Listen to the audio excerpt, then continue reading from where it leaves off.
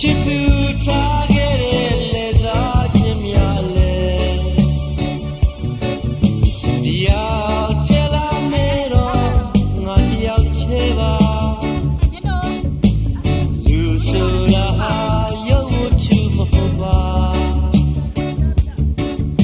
တရားထဲလာမေတော့ငါတယောက်ချေပါမင်းကလေးရေဝေကွာသွားလဲ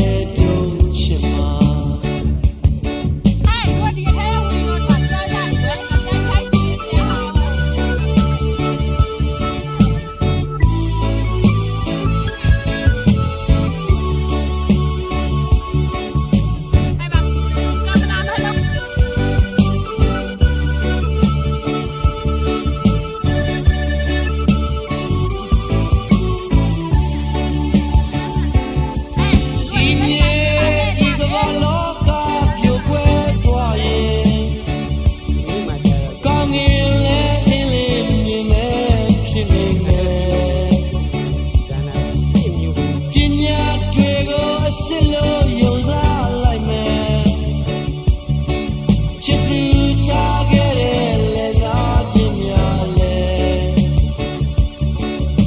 တရားထဲလာမေတော့ငါတယောက်ချေပါ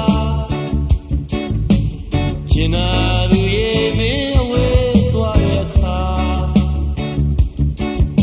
တရားထဲလာမေတော့ငါတယောက်ချေပါ